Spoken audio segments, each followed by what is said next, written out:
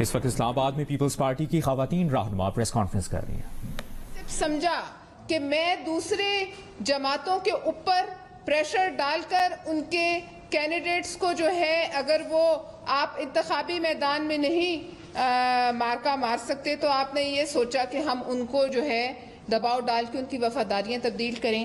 ہم آپ کو ایک بات کہنا چاہتے ہیں کہ کشمیر سے ووٹ مانگنے سے پہلے آپ ذرا یہ یاد کر لیں کہ آپ نے باقی کشمیر کے ساتھ کیا کیا، اور کشمیری عوام کو بھی ہم یاد کرانا چاہتے ہیں کہ انہوں نے باقی کشمیر کے ساتھ کیا کیا.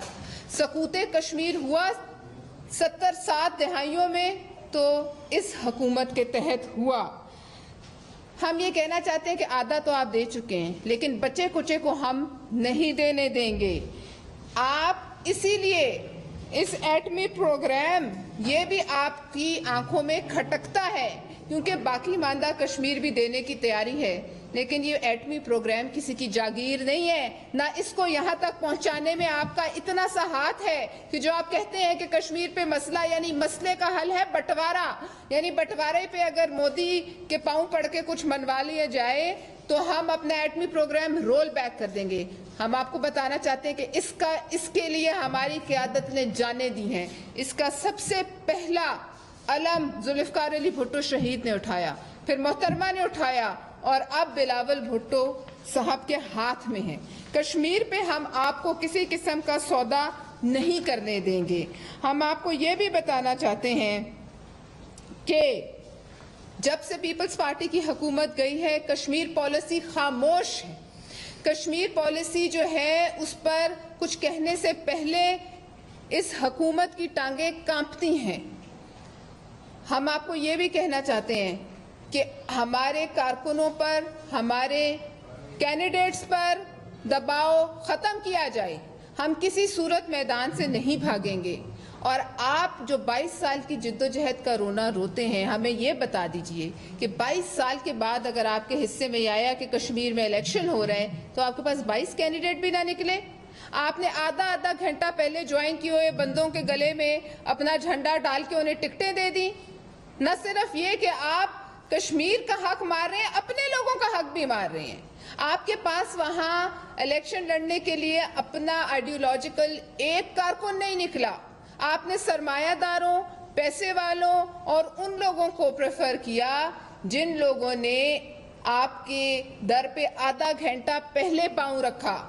لہٰذا ہم آپ کو بتاتے ہیں ہم نے اپنے ورکروں کو دیا، ہم نے اپنے آئیڈیولوجیکل ورکر کو دیا، نظریاتی ورکر کو دیا، اور ہم نے 2 کانسٹیٹوئنسیز کے علاوہ تمام کشمیر میں ٹکٹیں دی ہیں.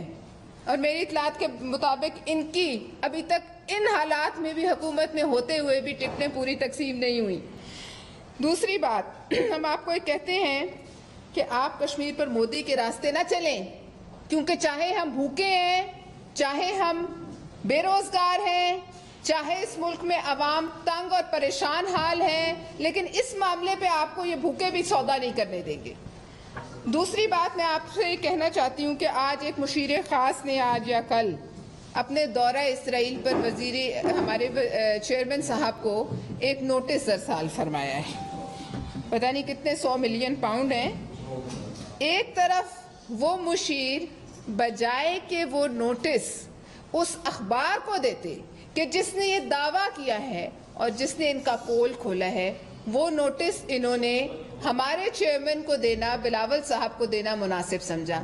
ارے بھائی، اگر آپ سچے ہیں تو اس اخبار کو پکڑے جا کے لندن کی کسی عدالت میں اس اخبار کو گھسیٹیں. کتنا مشکل ہے آپ کے لیے.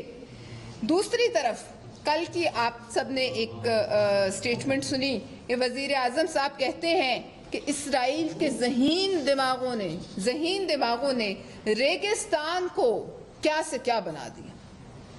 ہم کہنا چاہتے ہیں محترم وزیر اعظم صاحب، اسرائیلی دماغوں نے صحرا کو کیا سے کیا بنا دیا، لیکن آپ کے دماغ نے پاکستان کو صحرا بنا دیا.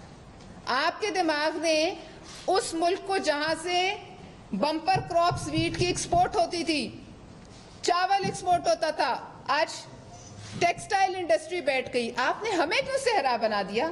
آپ اتنی تحقیق اسرائیل پہ کرنے کے بجائے اپنے ملک کے بھوکوں پر کر لیں. अपने मुल्क के बेरोजगारों पर कर लें, उन लोगों को देख लें जो रात को नहीं सो पाते हैं, उन लोगों को देख लें जिनके हाथ में डिग्री और बेरोजगार हैं। इसराइली पाकिस्तान पीपल्स पार्टी के नजदीक एक काबिज, सिहवानी और जालिम जो है साम्राज्य है, जिसने फलस्तीनियों को उनके घरों से महरूम और अभी तक कर रहे हैं। एज वी स्पीक वहां एक्शन रुका नहीं है।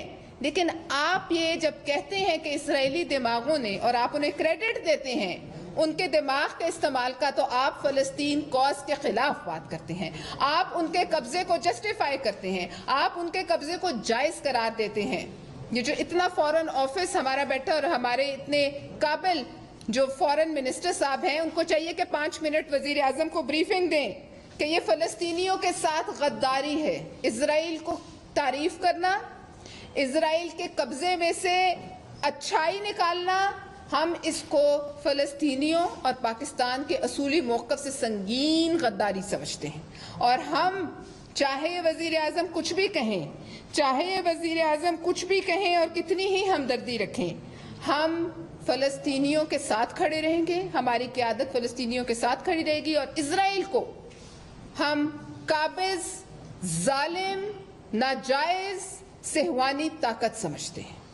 आप तो कहते थे हम आखिरी बॉल तक मैं लड़ने वाला आदमी हूं।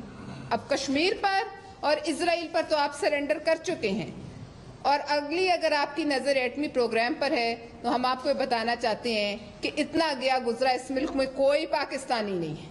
भूखे पेट भी लड़ेगा, जैसे भुट्टो साहब ने कहा था 1000 साल जंग करेंगे, एटम बम बनाएंगे।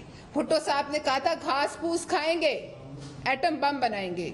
तो लिहाजा घास फूस तक तो आप हमें ले ही आए हैं, लेकिन ये हम आपको देने नहीं देंगे। बहुत शुक्रिया। अब रुबीना खालिद साहिबा आपको बताती हैं उनके इधर आ जाए। रुबीना,